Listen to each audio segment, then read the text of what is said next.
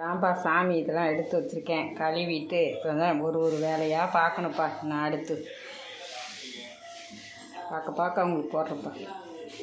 இதெல்லாம் கேத்தியாச்சுப்பா.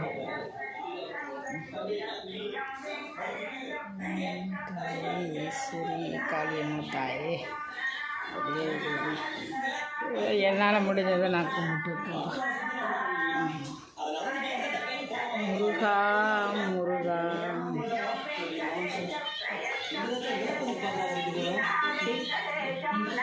விளக்கு ஏற்றியாச்சுப்பா நம்ம வீட்டில்.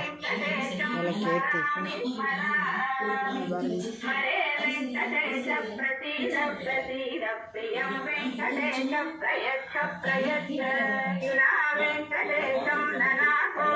திருப்பதிக்கு போனோம்ல, அப்போ போய் என் பையன் வாங்கிட்டு வந்தான்ப்பா அந்த போட்டு. திருப்பதி படம் நல்லா அழகாக இருக்குது. நான் ரொம்பலாம் என்கிட்டலாம் போட்டோலாம் ரொம்பலாம் இல்லைப்பா, சிம்பிளாக தான்ப்பா வச்சு சாமி கும்பிடுவோம்ப்பா. ஆப்பா நம்ம வீட்டில் நீங்களாம் சாமி கும்பிட்டீங்களாப்பா? நீங்களாம் சாமி கும்பிட்டீங்களா?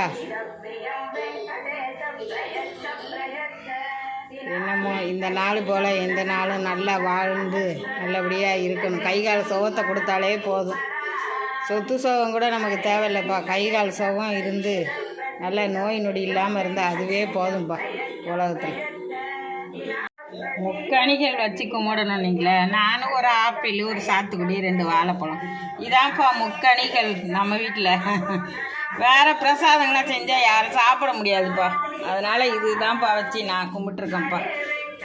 கேசரி செஞ்சுருக்கேன், கொஞ்சம் மசால் வடை போடுவோம் அப்படின்ட்டு செஞ்சு சாமி கும்பிடுவோன்ட்டு. மத்தியானம் ஒரு இது பழங்களை வச்சு கும்பிட்டேன். சரி இப்போ சும்மா எப்படி கும்பிட்டு மசால் வடை. நீங்களாம் என்னப்பா சாமி கும்பிட்டீங்களா? சாமி கும்பிட்டீங்களா? கடவுளே தெய்வமே சாமி கும்பிட்டு விளக்கத்தை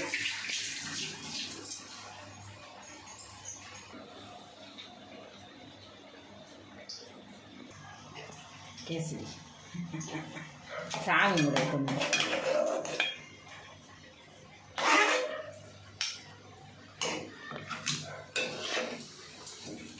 வடையும் அப்படியே சுற்றி வச்சு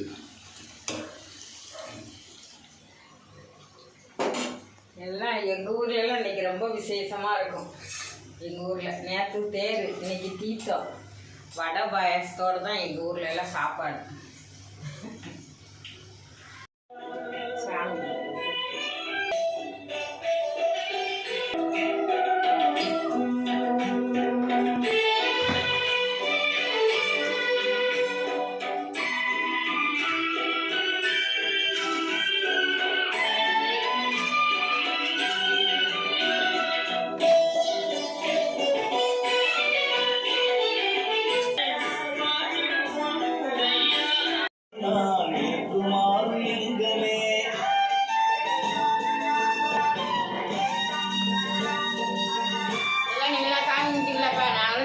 உங்களுக்கெல்லாம் சேர்த்து எல்லாத்துக்கும் வேண்டிக்கிறோம்ப்பா. நீங்களும் எனக்கு சேர்த்து வேண்டிக்கோங்க எல்லாரும். இந்த வீடியோ பிடிச்சிருந்தா லைக் பண்ணுங்க, ஷேர் பண்ணுங்க, கமெண்ட் பண்ணுங்கப்பா. பாய் பாய்.